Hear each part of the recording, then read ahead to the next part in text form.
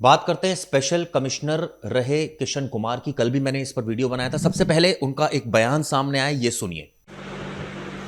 मैं Kishan Kumar, retired IPS officer, 2017 जनवरी में Delhi police से रिटायर हुआ था। बहुत अच्छा कैरियर रहा। स्पेशल कमिश्नर के तौर पे रिटायर हुआ, डीजीपी गोवा रहा, आईजीपी पौंडीचेरी रहा, अरुणाचल में काम किया, दिल्ली पुलिस में विभिन्न पदों पर काम किया। हमेशा लोगों की सेवा की, कानून का पालन करने की कोशिश की, परंतु मुझे पता नहीं था कि रिटायरमेंट के बाद दिल्ली पुलिस के एएसआई के हाथों मुझे रात दिन बेइज्जत होना पड़ेगा, टॉर्चर झेलना पड़ेगा, सिर्फ इस बात के लिए क्योंकि मुझे लगा कि रिटायरमेंट के बाद भी एक पुलिस अधिकारी के सामाजिक कर्तव्य होते हैं। मैं अक्टूबर 2017 में रोहिणी हाइट सेक्टर 29 रोहिणी में शिफ्ट कर गया। Flat number B flat number B 322 पे सब कुछ ठीक चल रहा था। धीरे धीरे लोगों से मेरा परिचय हुआ। लोगों के छोटे मोटे काम, किसी की कोई परेशानी हो, मैं मदद कर देता था। वहाँ पर कुछ लोगों ने मुझसे संपर्क किया और कहा कि सर, यहाँ एक दिल्ली पुलिस का एएसआई है बलवान, वो बहुत तंग करता है, ना इलेक्शन होने देता है, ना आरडब्ल्यू चलने देता है, सिर्फ अपनी मनमर्जी चलाता है, जो कोई बोलता है उसको पीटता है। मैंने सोचा ये इनका अपना मसला है। मैंने कहा भैया मैं क्या करूं, मैं तो रिटायर्ड आदमी हूं। उन्होंने कहा सर मदद कीजिए। तो इसी दौरान एक डीआईजी साहब भी मुझसे मिले। उन्होंने बताया कि जी उनके मकान पे, एक फ्लैट पे कब्जा हो गया है। कब्जे की बात जब आई तो मैंने उनकी कंप्लेंट लिखवा के और पुलिस से बोला कि भैया इनकी मदद कीजिए लोकल थाने से। उसमें पता चला कि डीआई साहब के फ्लैट पे इन्हीं लोगों के कुछ लोगों ने कब्ज़ा करके और नकली कागजात बनवा लिए। कुछ लोग गिरफ्तार हुए जो इन्हीं के साथी थे। ये रिकॉर्ड आज भी थाने में मौजूद है। वो डीआईजी थे सीआरपीएफ के। 2019 में फिर मैं आरडब्ल्यू के कामों में इंटरेस्ट लेना शुरू किया, जो कि बलवान मान को बिल्कुल पसंद नहीं आया, क्योंकि लोग मुझसे मिलते थे उसकी शिकायत लेकर। उसी दौरान पता चला कि बलवान मान और महावीर चिकारा, दो आदमियों ने फ्लैट नंबर A709 जिसमें बलवान रहता था, उसके लिए दोनों ने मेंबरशिप फार्म भरा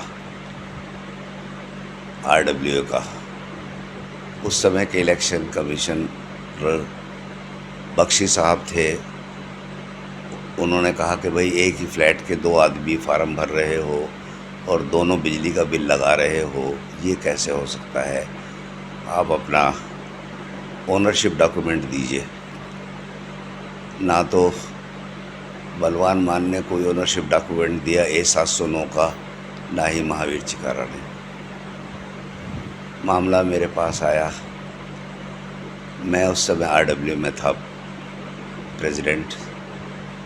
मैंने इनको दोनों को चिट्ठी लिखी कि A709 के बारे में आपने मेंबरशिप के लिए अप्लाई किया है और आप दोनों ने अलग अलग एप्लीकेशन में A709 का मालिकाना हक दिखाया है, उसके लिए आपने बिजली का बिल लगाया है, कृपया करके ओरिजिनल डॉक्यूमेंट दिखाइए, ओनरशिप के रजिस्टर्ड डॉक्यूमेंट, ताकि ये कन्फ्यूज़न दूर किया जा सके कि ये मकान किसका है और मेंबरशिप दी जा सके। इस पर बलवान मान बहुत बुरी तरह से चिढ़ गया और उसने एक दिन मुझसे कहा सारी जनता के सामने क्लब हाउस के बाहर कि ये चूड़े चमार कमिश्नर बन गए, इसको मैं भगाऊंगा यहाँ से, ये RW चलाएंगे, चलेगी तो हमारी। 2020 में अक्टूबर में जब ये सब हरकतें वहाँ चल रही थी, इसी दौरान प्रवीण मान हमारे जनरल सेक्रेटरी थे, उन्होंने एक चिट्ठी लिखी सिक्योरिटी यूनिट दिल्ली पुलिस को, जहाँ उस समय बलवान मान पोस्टेड थे एज हेड कांस्टेबल, और उस चिट्ठी में लिखा, जी कृपया करके ये बताइए क्या A709 इस तरह के फ्लैट की ओनरशिप के बारे में कोई इंटीमेशन आपके पास है। इस बात से बलवान मान चिढ़ गया। इस दौरान, ये बात अक्टूबर की है, इस दौरान अक्टूबर 2020 की, इस दौरान मैं ग्रेटर नोएडा में शिफ्ट कर गया था तंग होकर। प्रवीण मान की चिट्ठी के कारण इन्होंने, बलवान ने और उसके कुछ साथियों ने प्रवीण मान को बहुत बेरहमी से मारा, जिस पर एक FIR दर्ज हुई और उसमें भी FIR में साफ लिखा है कि इसने कहा कि तेरा कहाँ गया वो चूड़ा चमार कमिश्नर। तो प्रवीण मान ने ऑब्जेक्ट किया कि आप ऐसे कैसे बोल सकते हैं उनको, वो यहाँ नहीं रहते अब।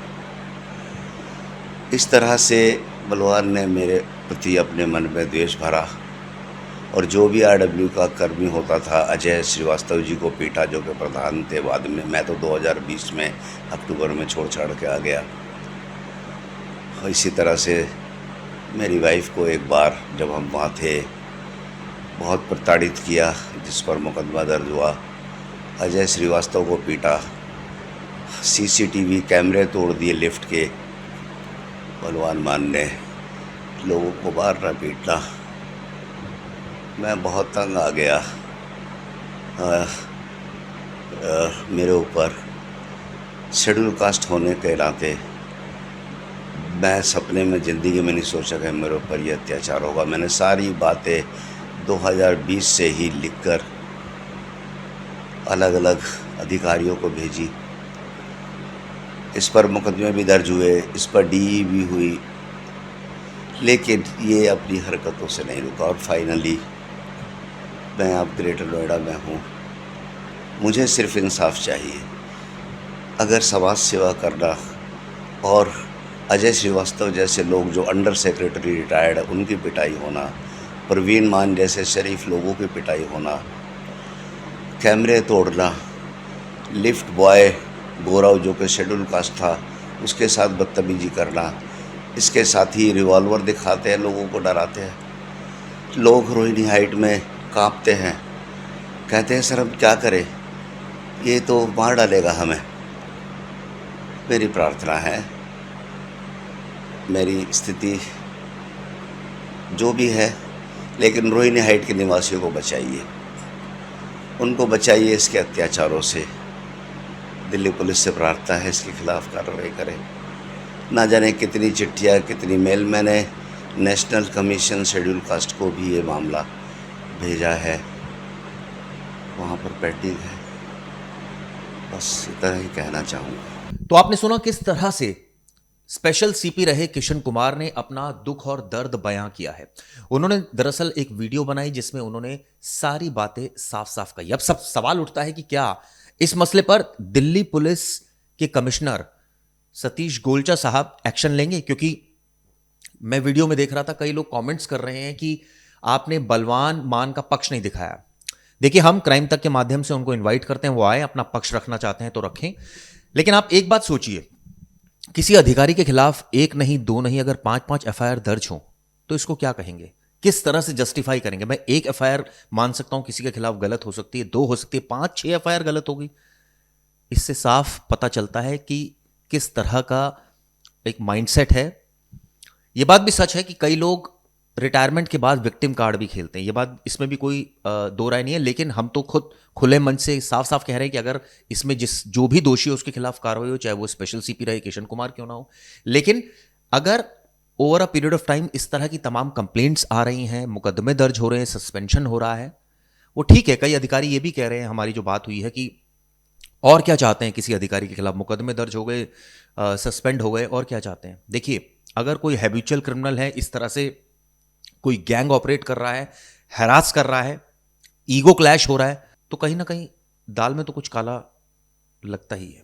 और सवाल ये उठता है, जैसे कई लोग कमेंट्स में कह रहे हैं कि हमने एक पक्ष दिखाया, हम दूसरे पक्ष को भी इनवाइट कर रहे हैं। और आपको बता दूं, किसी के खिलाफ आप फर्जी मुकदमा इतने सारे दर्ज नहीं करा सकते, बहुत क्लियर कट है। मैंने भी अपनी लाइफ में बहुत सारे केसेस कवर किए हैं। एक केस हो सकता है, दो हो सकता है, लेकिन लाइन से इतने सारे फेक केसेस आपको लग रहा है कि किसी में सच्चाई नहीं है। खैर, ये तो जांच के बाद ही साफ होगी स्थिति।